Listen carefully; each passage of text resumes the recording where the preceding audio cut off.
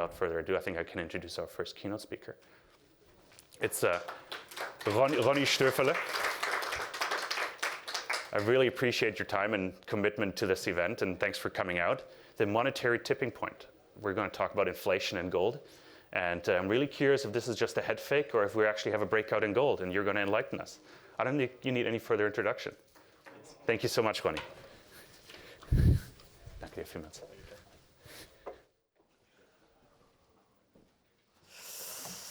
Good morning, ladies and gentlemen. So I guess my job is to make you excited, to make you confident when it comes to gold, to commodities, to inflation. And having a look at my slides, I think I'll manage to make you more excited. Today I will make the case that we are at a monetary tipping point, a tipping point of inflation. I will discuss how we reach this tipping point, why inflation is not transitory, as Madame Lagarde over there at the ECB would like to tell us, and what investors can do to protect themselves in this new regime. But before, I want to thank Kai and the whole team. I know it's a real challenge. It's even more demanding to put together a conference, an international conference, these days during these circumstances. So big thank you to Kai and the whole team, and I look forward to a great conference. A couple of words about us. Well, we're based in Liechtenstein, one of the most secure, most stable countries in Europe probably. We're asset managers. We're managing 5 funds, primarily in the commodity space. We run one inflation protection fund, but also in 2 funds we combine the crypto world and the gold and the silver world, which was a pretty good decision in hindsight. We're very much driven by the Austrian School of Economics, and as you might know, we are the publishers of the annual In Gold We Trust report. This is this brick of a report that we publish every year for 15 years now. We've got a couple of physical copies out there. We reached 2 million people this year. The Mandarin version, so if you want to practice your Chinese, the Mandarin version will be published on 15th of December, and it wouldn't be possible to give out such a big report totally free of charge without the support of our premium partners. So many thanks for that. Let me first turn to the theme of my talk, tipping points. Oxford language defines a tipping point as the point at which a series of small changes or incidents become significant enough to cause a larger, more important change. The sociologist Malcolm Gladwell helped to bring the term tipping points into popular usage in the year 2000 when he published a book of the same name, a book that I highly want to recommend. The tipping point is that magic moment when an idea, a trend, or a social behavior crosses a threshold, tips, and then spreads like a wildfire. Just as a single sick person or a bet can start an epidemic of the flu, so too can a small but precisely targeted push cause a new fashion trend. But tipping points are not confined to sociology. They can be observed in diverse areas ranging from physics to history and finance. The video behind us or in front of you gives us a simple but dramatic example of simple physics of a tipping point leading to precarious situation descending into chaos.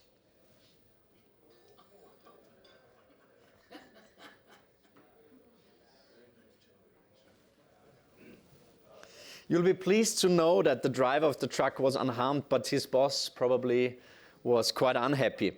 Ladies and gentlemen, what is crucial to understand, the tipping point demonstrated in this video was only made possible by the inherent instability in the warehouse layout. We can also see examples of tipping points in the realm of finance. Bank runs are a classic example. They result from a sudden loss of confidence, a sudden loss of trust, typically after risks have been built up over a much longer period of time. You'll all be familiar with the collapse of Lehman Brothers, or perhaps the collapse of the British high street bank Northern Rock in September 2007. Northern Rock was nationalized for 37 billion British pounds. Peanuts, I would say, in today's terms. Both banks traced their roots back to the 1850s, so they were around for more than 150 years until they collapsed. But just a few days, actually a few moments, were enough to send these banks into insolvency. And maybe the best tipping point example comes from 20th century history. The tipping point was an event that triggered momentous global changes larger than anyone involved could have imagined, the start of the First World War. The story is closely tied to my own country, Austria, and it was the assassination of Austrian Archduke Franz Ferdinand. It catalyzed a chain of events that went on to profoundly reshape Europe and the entire modern world. Ladies and gentlemen, what's important to understand is it was not the assassination alone that caused the war, but the precarious buildup of arms, rivalries, and tensions that came before and already developed for years, if not decades. The historian Christopher Clark wrote an excellent book about the build-up to the World War. He called it The Sleepwalkers, because he saw that Europe had long been sleepwalking into a catastrophe. It took the tipping point of Franz Ferdinand's assassination to reveal the extent of these tensions. So the assassination was the straw that broke the camel's back, a true tipping point. Now, I recount this lesson from history because I see it as relevant to the situation we find ourselves in today.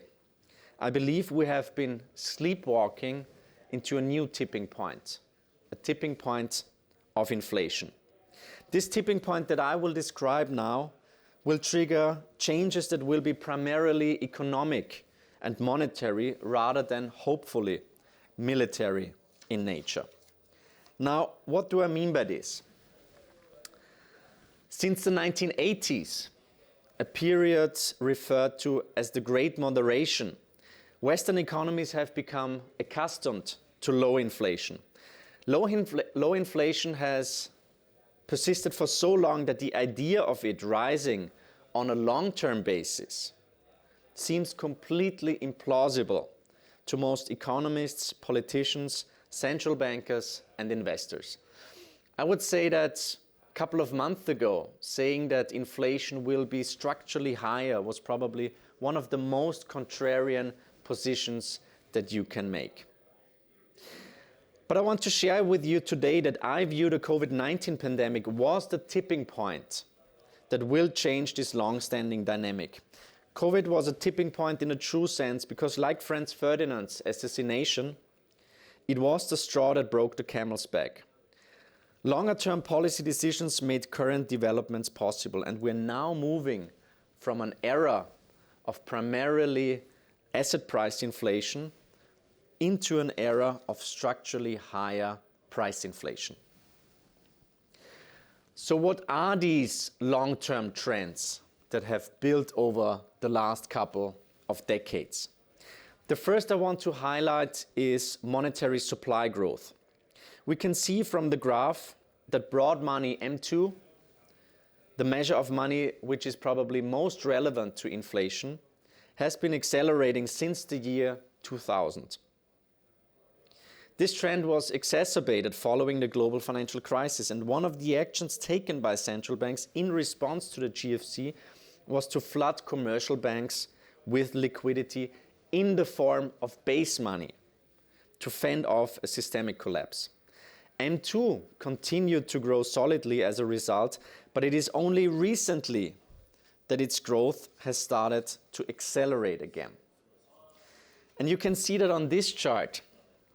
In 2020, M2 money supply increased at the fastest rate on record, with the total supply of US dollars in circulation growing by 25%. As you can see on this chart, during the GFC, M2 grew by roughly 10% and then actually it collapsed. But now we are in a crisis where M2 actually is going significantly higher. So 25% last year, of course, due to the base effect, those numbers are coming down now, but we should not forget that those numbers are still much higher than in the inflationary, actually in the stagflationary 1970s. So given that M2 money supply has already grown so much, why haven't we seen much more dramatic inflation yet? First of all, because inflation is a process. Secondly, because there are always time lags involved. And thirdly, due to the lockdowns that we have experienced and probably will be experiencing again, a sharp fall in the velocity of money happened. If you look at this long-term chart starting at 1904, you can see that we're now at even lower levels than in 1933 and in 1946. In both cases, the US government resorted to radical measures to increase it again. In 1934, the US devalued the dollar against gold by almost 70%. In the period 1946 to 1951, it enforced financial repression in cooperation with the Federal Reserve, which kept interest rates at a low level. So basically they implemented a yield curve control, something that I see happening, definitely happening in the course of the next crisis. Currently, the velocity of money is at even lower levels than it was in 1933 and 1946. So therefore, we should not be surprised to see similarly extreme countermeasures of financial repression being implemented again. I'm pretty confident that at some point velocity will start rising, but my friend Russell Napier said, forecasting velocity is fiendishly difficult. It's like trying to juggle an incontinent squid, something you really don't want to do and you're very unlikely to succeed at. But it is absolutely true, and I'm absolutely certain that at some point velocity will start rising again and it will meet enormous amounts of liquidity that were created over the last couple of months.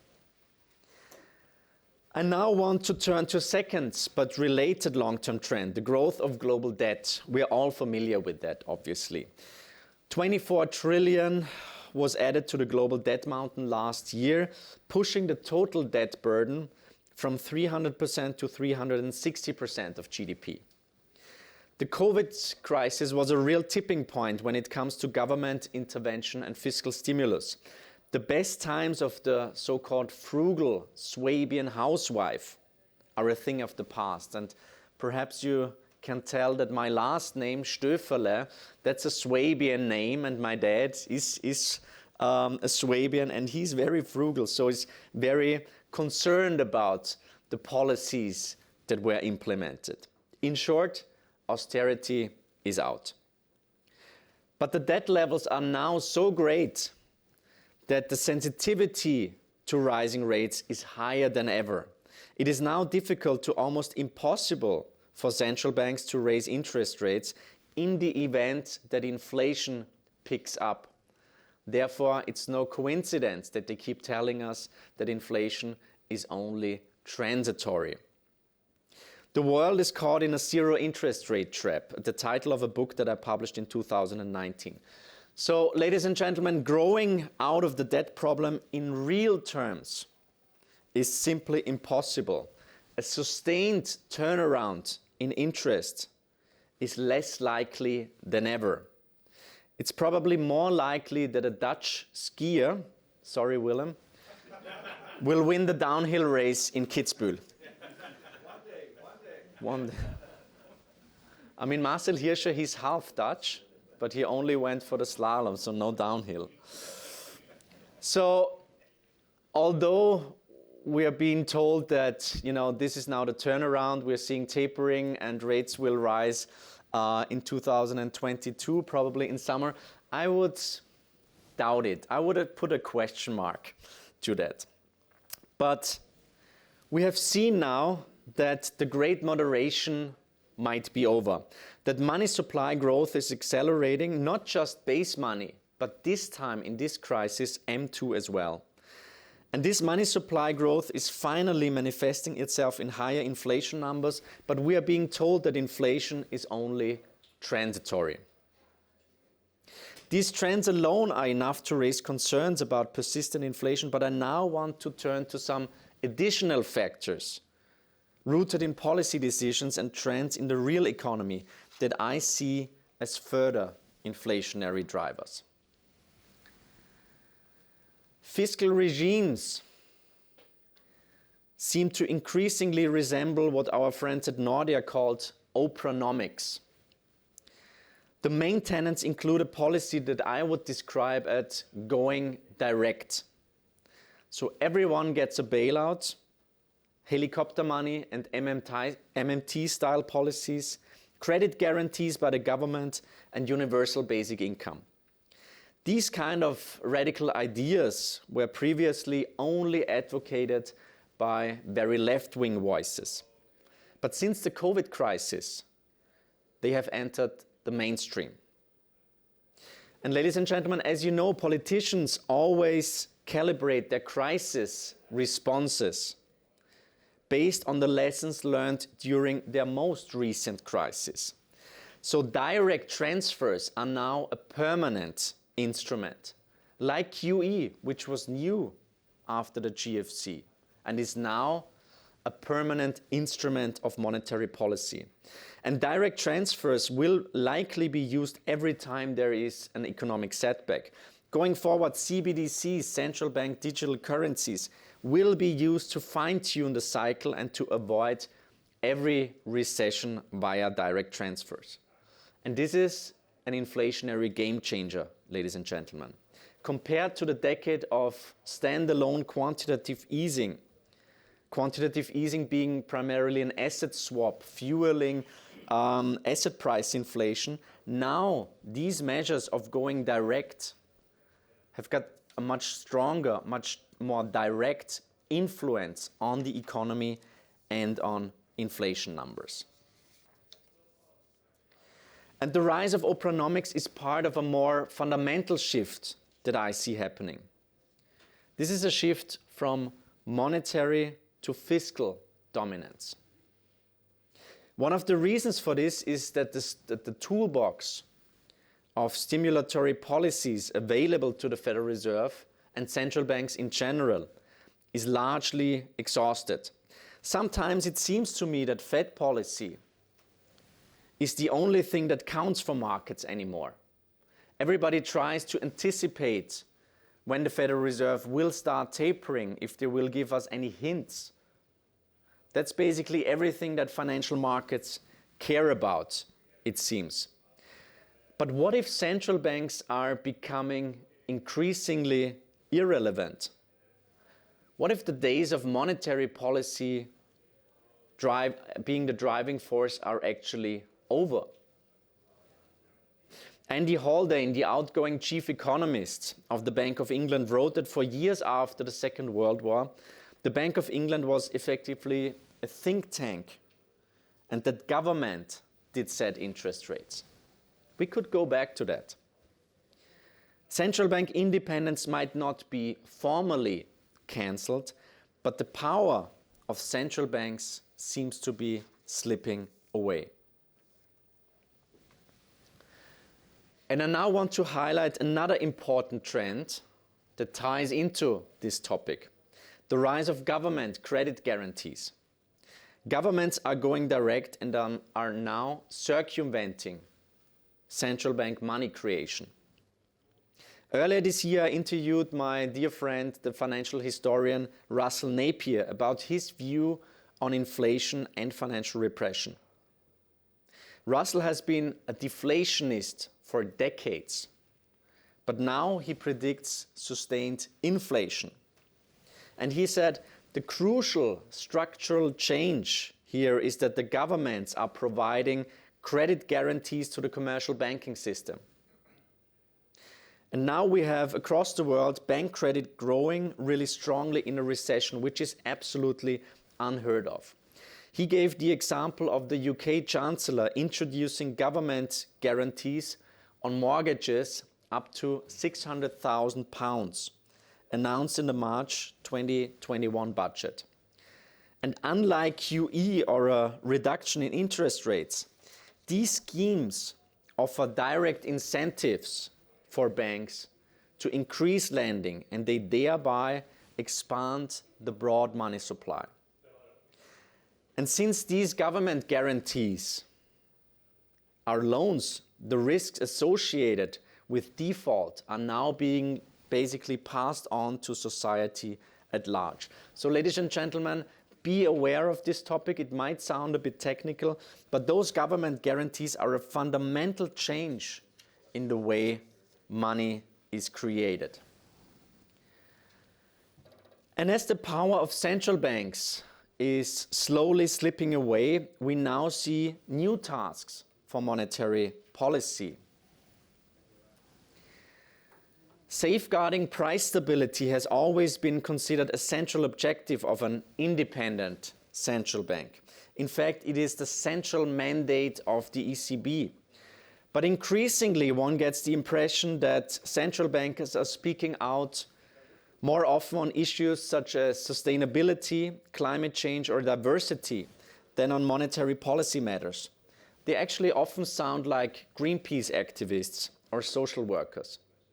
It's totally fine if they've got a private opinion on these topics, but from my point of view, they're missing their central mandate. Christine Lagarde, for example, against all custom, made a public statement of support for the Green Party's top candidate in the German general election. Another important policy change is the move to average inflation targeting. In August 2020, Chairman Jerome Powell indicated that the Federal Reserve would start adopting this policy.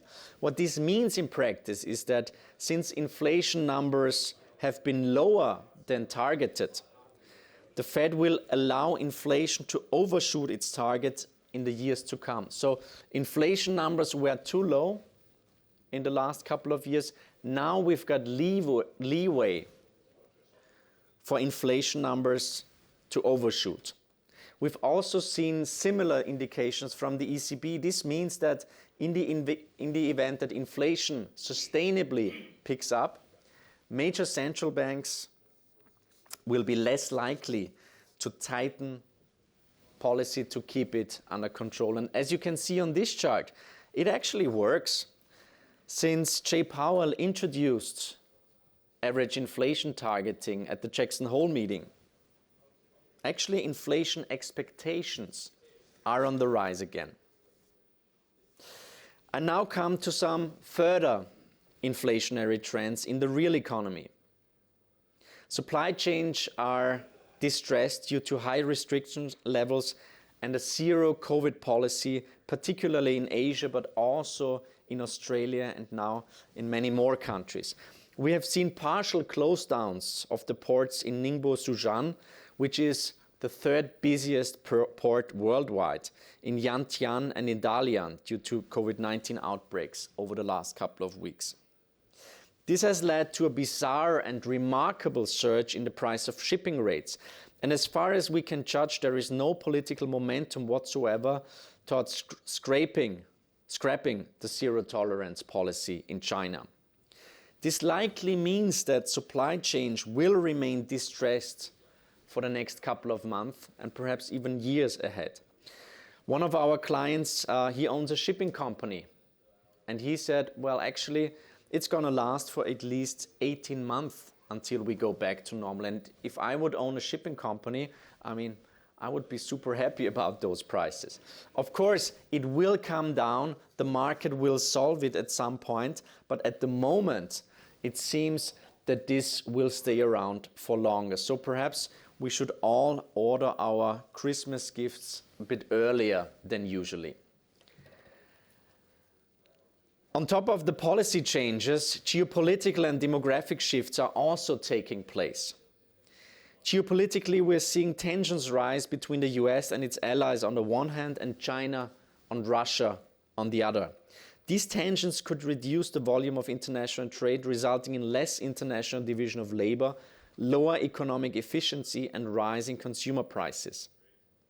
What you can see on this picture is the last US-China summit that took place in Alaska.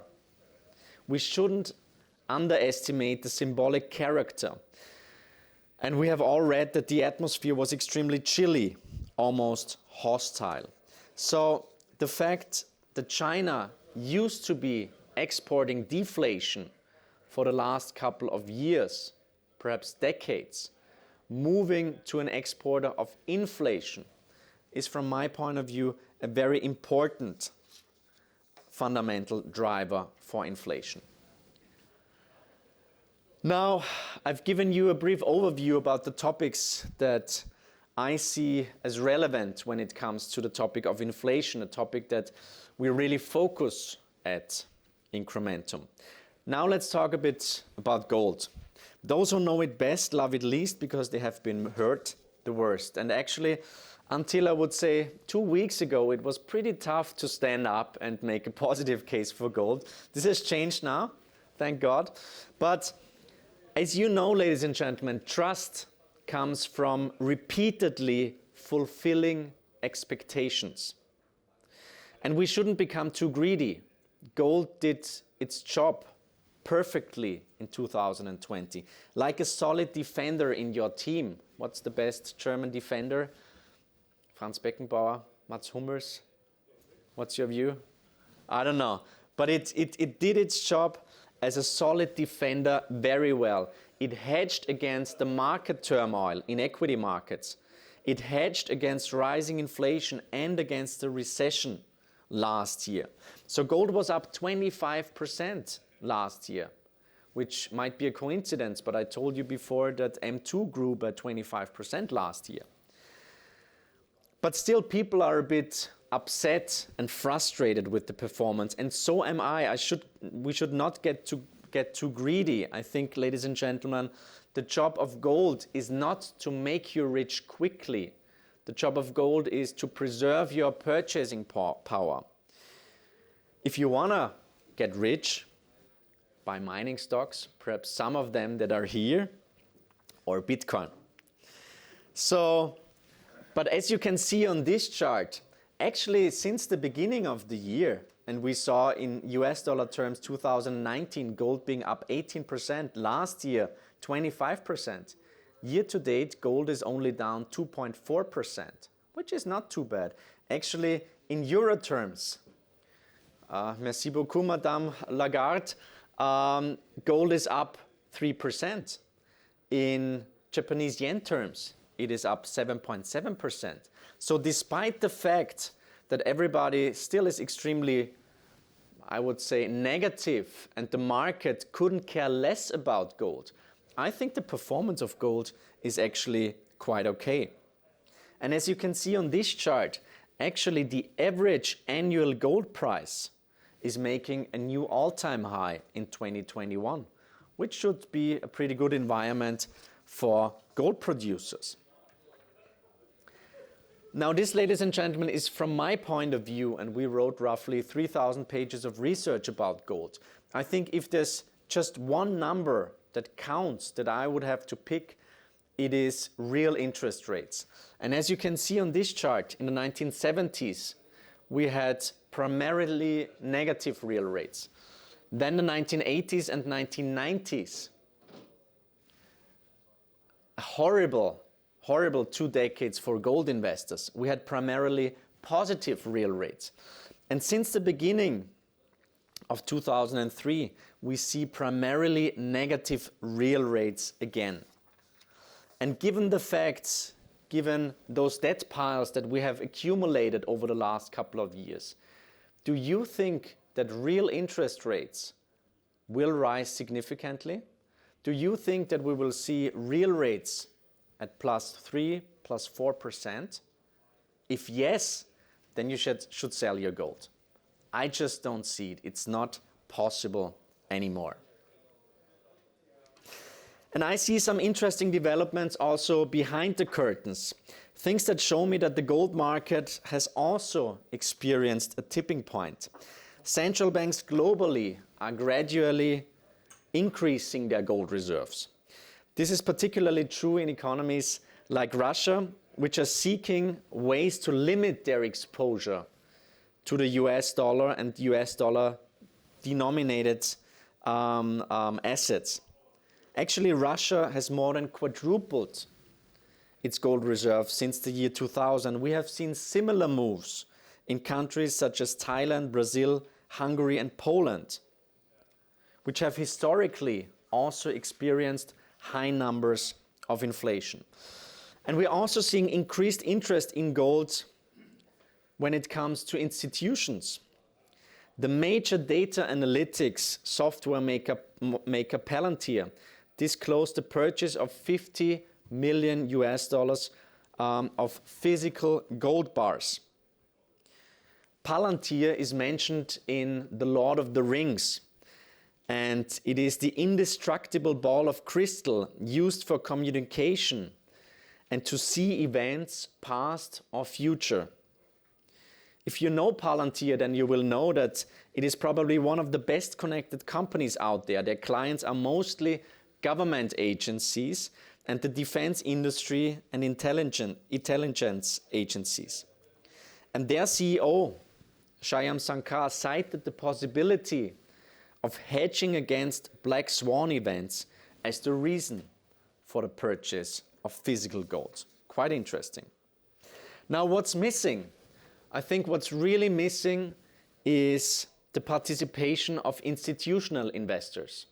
Talking to institutional players, I can tell you they couldn't care less about gold at the moment. And I think the number that is most relevant when it comes to the participation of institutional players is ETF demand. ETF holdings are following the price of gold. So every time the price of gold rises, there's inflows into the ETF space. Every time the price of gold falls, we're seeing outflows. At the moment, it is kind of stabilizing, but we haven't seen really big inflows from institutional players yet. Now let's talk briefly about mining. Well, I attend quite a lot of conferences, and some of you already know this one. I went to Colorado for the Precious Metals Conference, Precious Metals Summit, and also Denver Gold Show. And I had to apply for national interest exemption. So I basically had to tell the US government why it is in the national interests of the United States of America that money comes over to the US and why it will influence US GDP. Somebody said that President Biden signed it personally. I made it to the US, and two fantastic conferences, and of course we shouldn't overestimate it because of all those COVID measures being taken, but I thought it was pretty interesting. Just before 8 a.m. Quick, somebody stopped that gold investor from leaving. So this was the huge venue at the Colorado Springs Conference, the Denver Gold Show, and usually, back in the good old days, this was packed. And actually, I think we saw the all-time high of attendance at a speech when Mark Bristow gave his keynote, and it was roughly 22 people, I would say. So this is a sign that I think we are, quite far away from euphoria in this market. Now have a look at those numbers. I think if you compare the GDM index, which is the Arca Gold Mines index, if you compare some numbers, profitability, price book, price sales, margins, gross margin, operating margin, profit margin, return on capital, free cash flow yield, dividend yield, debt levels compared to the S&P 500, I'm seeing quite a lot of value in this space. And actually what I like is a divergence between value that I see and investor sentiment that is, as you saw before, quite negative. I would say that the mining space is, in German we would say spottbillig, or I could make the joke sprottbillig. So it's no coincidence that Eric Sprott has invested so much of his capital into the mining space because he sees value. And actually gold mining is more profitable than ever. This is the free cash flow of the top 50 miners by market cap, and it will make a new all-time high this year. 3 charts that I got from my dear friend Tavi Costa at Crashchat. As you can see, miners have been reluctant to spend capital even though gold prices have been moving higher. Thus, supply is constrained, which is an incredibly bullish fundamental backdrop for gold and silver.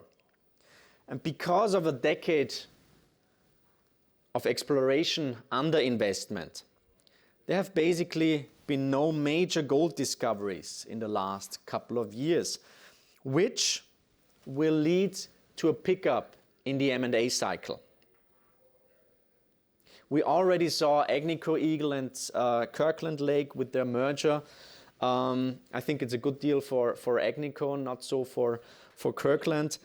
We saw the takeover of Pretium by Newcrest. We saw Corvus Gold being taken over by Anglo.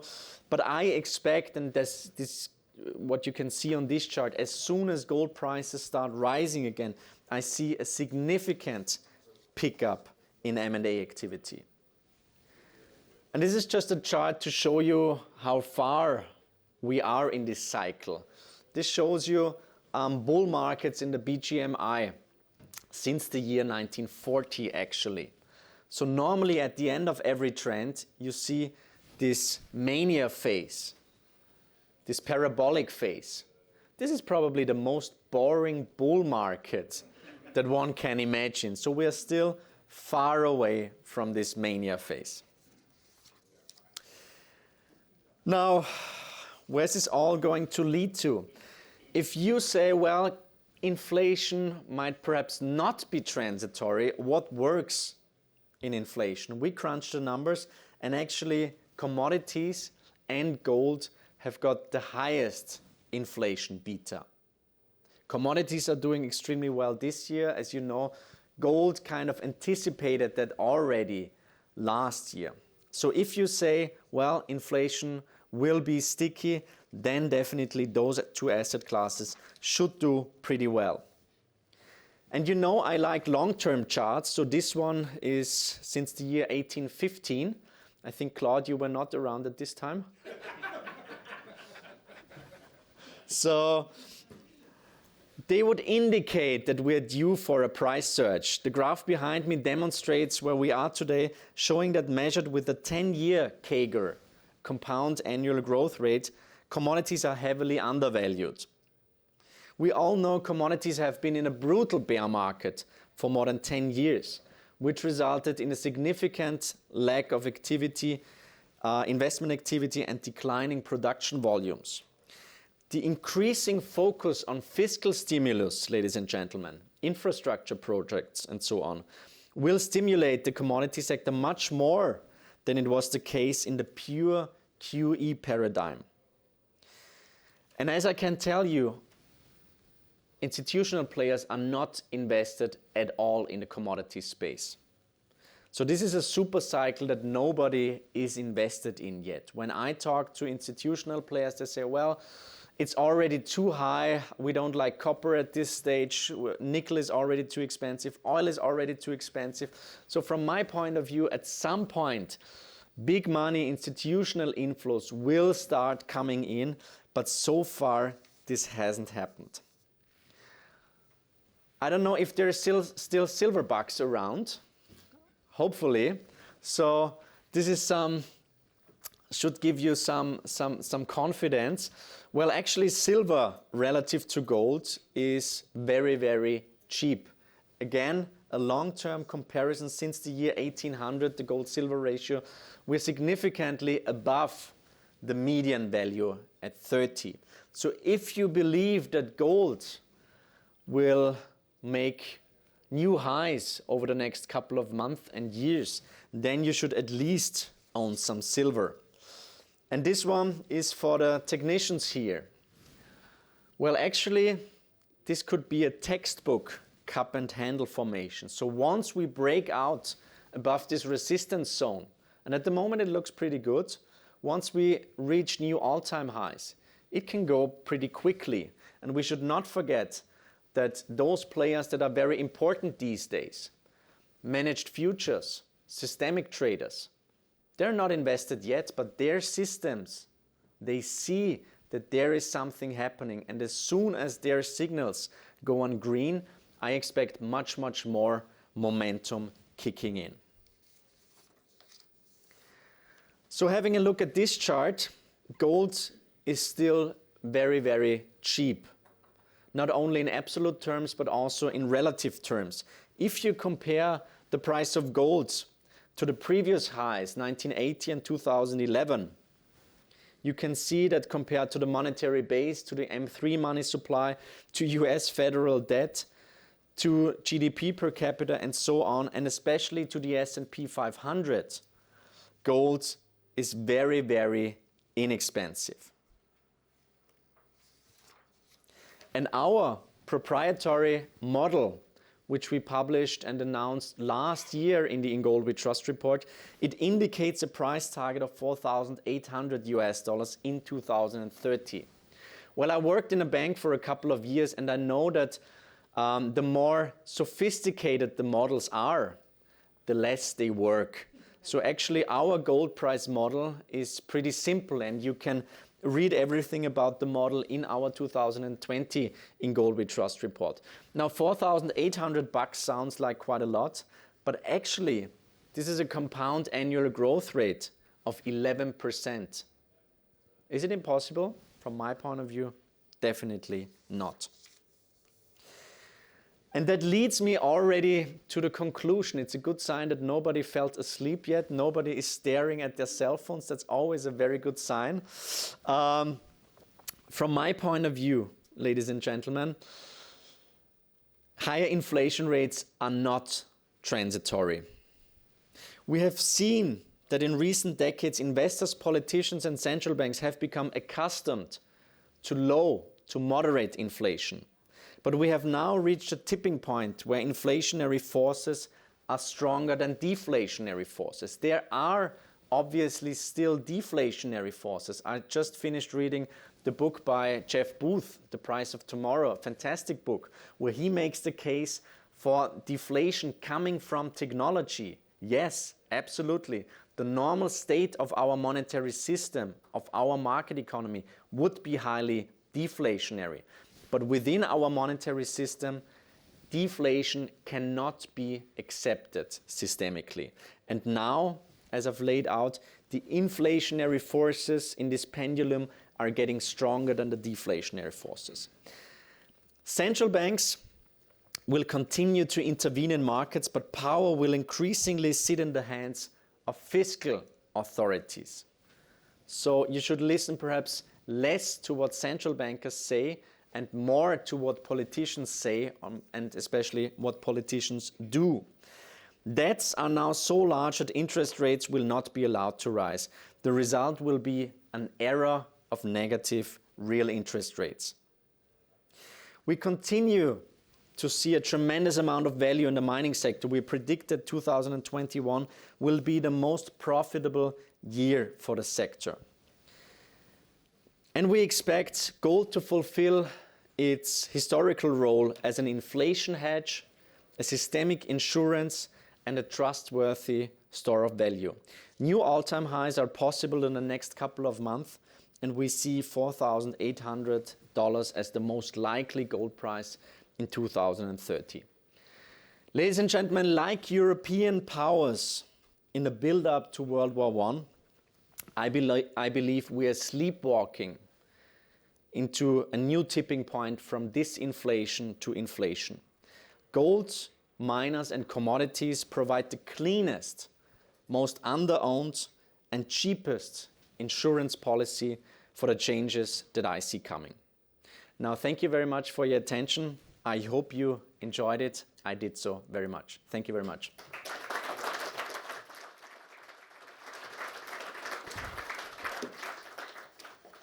There's still some time for questions. 2 minutes. Claude. So, I hope you're not mad at me for this joke. Fantastic presentation. So it's a good start for this conference. So we're at the beginning phase of an inflationary cycle. What does that mean for the general stock market, in your view? Because some people talk about a melt up, some people talk about crashes, some people say, well, it's going to be sort of level for years. But it's a question that's important because a lot of gold bugs are afraid. A lot of gold bugs are afraid that if the general market goes down, then it could have negative inflation for the miners, which is historically not the case. But what's your view? Well, I mean, the likelihood that another crash is going to happen is definitely is there, and I don't know when it's going to happen and where the black swan will be coming from. I think it will not come from the financial markets. It will probably not come from the health side. It will be something different. Perhaps it will be a geopolitical event. But from my point of view, during the COVID crisis, we have seen that all taboos are being broken. So I think for the next crisis, at some point the Federal Reserve will start buying equities. They will implement yield curve control, which is basically quantitative easing without any limits. So this is going to happen. So is our equities an inflation hedge? Yes and no. We crunched the numbers. We actually put out the inflation special report last year that we called the boy who cried wolf. And we said that actually it really depends on the sector that you are in. There are many sectors that have got pricing power, but if those companies do not have the pricing power, they actually suffer in an environment of inflation. I think what we're seeing now on the mining side is we're seeing, if you look at Q3 numbers, I think that we saw that on the cost side, there's definitely developments happening. We're seeing that, I wouldn't say that margins are being squeezed, but definitely labor, but also energy prices are a problem on the mining side. But still, I mean, margins are ridiculously high, especially from a relative point of view. So if you say inflation will stick around, I think the mining space and other sectors like the tech space, for example, pharmaceuticals, which have pricing power, they should do pretty well. But I will be around for the whole conference. There are a couple of printed copies of our reports out there. So thank you very much for your attention. Thanks.